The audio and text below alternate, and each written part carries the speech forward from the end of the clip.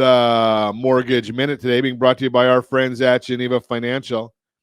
When you're looking for that next house, first house, any house, Geneva's got the programs and the products. You just need to make the call, 800-306-1990, 800-306-1990, and every day at this time, OBMMI. They provide the most comprehensive, accurate, timely, and interactive analysis of pricing ever conducted in the mortgage industry, calculated from actual locked rates, with consumers across 35% of all mortgage transactions nationwide. They don't tell us points paid, points received. They tell us the number to put into the mortgage calculator. If you don't have one, ronismylender.com, ronismylender.com. Free mobile app. You can go in there and just put in any of the numbers that you want to.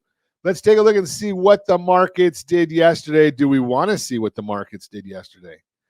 Okay, 30-year fixed rates up 7.206. Jumbo 30-year fixed down 7.54. FHA 30-year fixed 6.898. 30-year VA 6.803. And USDA, that's the no down payment generally, and it's in the rural areas. That one was up a little bit. 6.94 was the rate on that one. If you want our market commentary, we put that out as early as the data allows each morning. rsrmarketminute.com, rsrmarketminute.com. You can get that. No cost to you. Again, we put that out as early as the data does allow every business day. Let's see what's going on in the markets right now. Well, we've got the, let me see. Oh, I lost it. There it is. Come on now. My computer does not want to act favorably to me.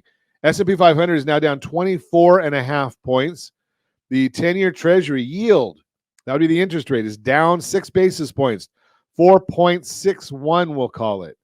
Mortgage-backed securities, the bond itself, up 31 basis points. When the bond goes up, the rate goes down. That is just mathematics. It's not something that we're talking about or we have any control of, just straight mathematics. Jerome Powell, the Federal Reserve Chairman, spoke to a policy forum focused on U.S.-Canada economic relations yesterday, where he said he was no longer confident that inflation is moving toward the Fed's 2% target. He said it'll likely take longer to achieve that confidence, signaling that the timing of rate cuts will likely be delayed and that rates will be higher for longer until confidence is restored. Powell also said that policy is currently appropriately restrictive, making discussions on whether or not to restart rate hikes is less likely. Let's explain this a little bit because obviously Jerome Powell does not understand these things. So the Federal Reserve wants to get inflation to 2% core. Where is it now? Well, it's at 3.8% core. But wait, let's understand what's making up those numbers.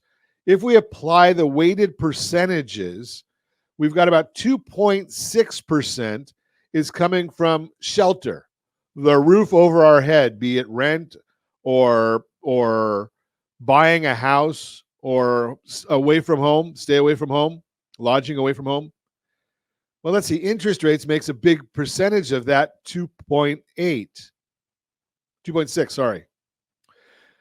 Now we've got 0.8% is coming from auto insurance.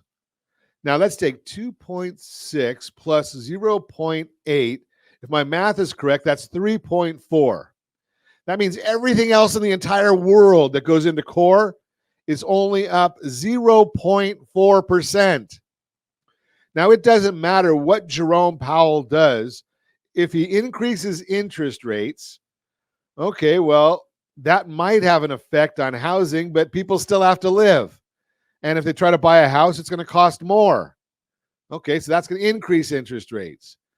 No matter what Jerome Powell does, auto insurance is auto insurance. He can't control that one. So again, whatever he does doesn't matter.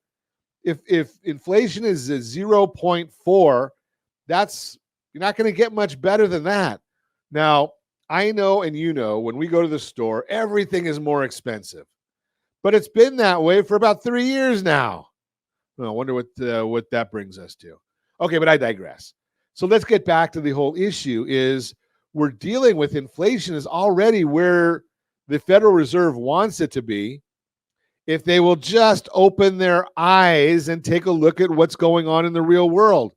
0.4 after you take off shelter and auto insurance, not too bad. Let's take a look and see what else is going on. The Mortgage Bankers Association released their mortgage application data for last week, showing that purchases increased 5% last week. Purchases are still down 10% from this time last year. Refinances rose 0.5% last week and are up 11% from last year. Interest rates, according to the Mortgage Bankers Association, are up a little bit, but 3/4 of a point, 0.75 higher than this time last year. So all of those things are driving this market right now. That's the Mortgage Minute, brought to you by our friends at Geneva Financial. When you're ready for that next home loan, Geneva's got the programs and the products. You just need to make that call, 800-306-1990, 800-306-1990.